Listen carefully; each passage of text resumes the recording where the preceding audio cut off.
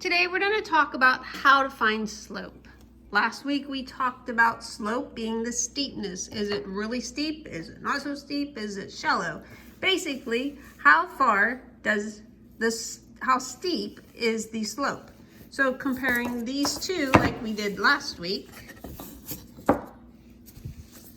if you compare them side by side, they almost look like they have the same exact slope.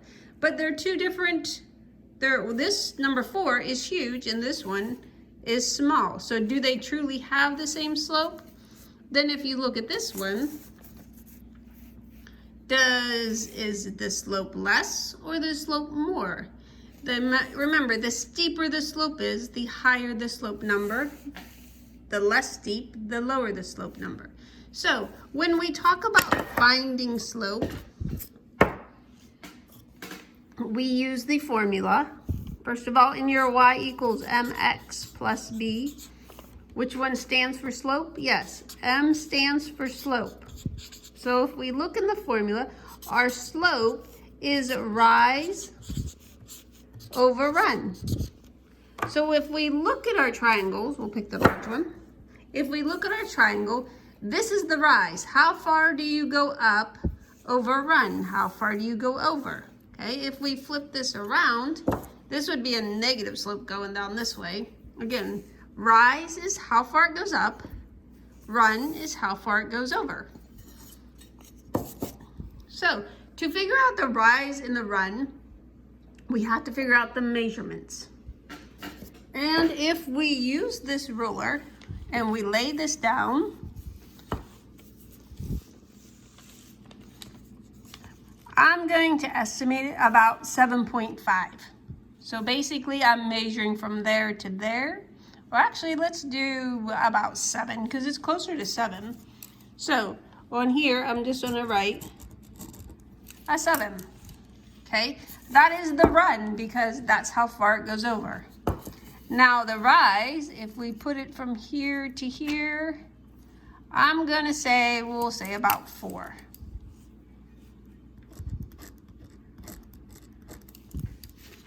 So on this one, our rise was 4 and our run was 7.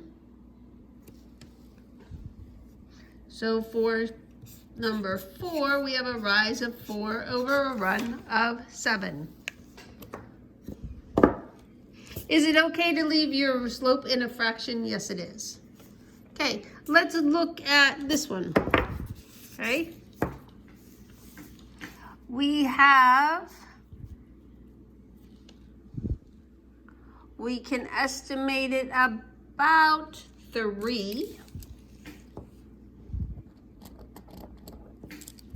And then the rise, we can say it's about 2. Can't really write there. So our rise was 2. Our rise was 2, and our run we said was 3. So we'll just say, call this one number 1. Number 1 has a slope of 2/3. And let's do the last one. Okay, here if we measure there, I would have to say, let's go to 3.5. Okay, which I think I have that written on there. Yep, 3. Is it 3.5 or 2.5? 3.5. And then a rise of 1. So a rise of 1 and a run of 3.5. So your slope is 1 over 3.5, and that is for number 1. Okay, when you see a line on a graph, okay, it's the same thing as doing the shapes that we did. If you put this on the graph, let's see if I can get it lined up. Okay, we said this one was a run of 7 and a rise of 4. So if I were to draw this line, let's get this lined up here.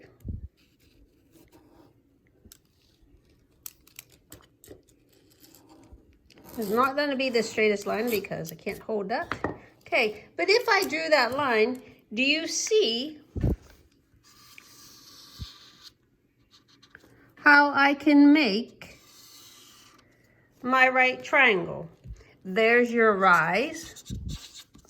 Over there is your run. Okay, our rise was 4 and our run is 1, 2, 3, 4, 5, 6, 7. So again, our rise was 4 and our run is 7,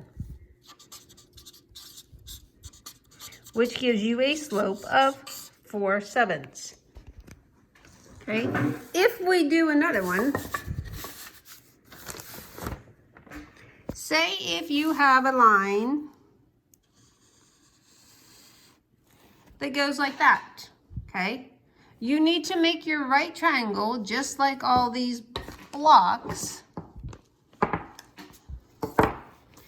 This is your right triangle, okay? So this is the slope. We can just lay this down. So we have to make a right triangle. If we make a right triangle, we're just going to connect, whoops, from here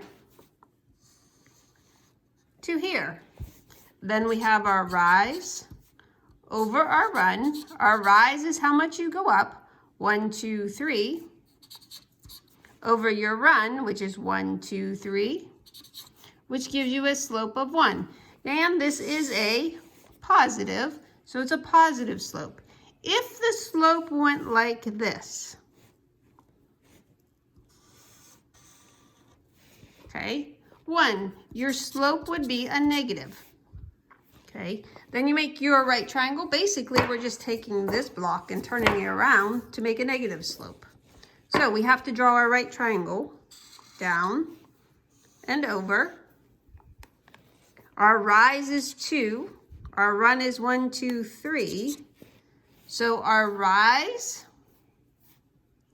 is 2 and our run is 3, which gives us a slope. And I'll write rise and run over here. Our rise is 2 and our run is 3, which gives you a negative 2/3 slope because it is a negative. Okay, I have space to do one more. What if I did that line? Oops, maybe a little better. Okay, it is a positive line, so our slope is going to be a positive. Draw your right triangle. Our rise is 2 and our run is 1, 2, 3, 4. So our rise over our run, our rise is 2 and our run is 4. But we can reduce 2 4s to 1/2. So your slope is a positive 1/2. If that line was flipped around like that, you still have the rise of 2 and the run of 4, but now it's a negative 1/2 slope because it is going down. Remember in all your blocks. If you look at it that way, this is a negative slope. This is your run, this is your rise. If you turn the block this way, this is a positive slope. This is your rise and this is your run. Just remember, if you're running or walking or riding a bike and you're going uphill, it takes more effort. So it's a positive slope. It's a steeper slope. It's positive. If you're going downhill, then you're going down negative and it's easier. So it's a negative slope again, but this is your run. This is your rise. Your formula again, how to find slope. Y equals mx plus b, your m is your slope. You find your slope by rise over run. Rise is how far you go up. Run is how far you go over. can you make a opposite line? Let's see where I can find a little space. Let's do it inside this triangle. Okay, so say if I had a line like this, I can make, first of all, it's going down, so it's a negative slope. Okay, I can make my right triangle up this way and over. So this is still my rise of 2, my run of 2. 2 over 2 is 1, so your slope is a negative 1. Basically, that's taking this block and turning it up like that. Okay, there's your slope, your rise and your run. I flipped it up there. Rise and run, and there is your slope. Again, how to find slope? Rise over run.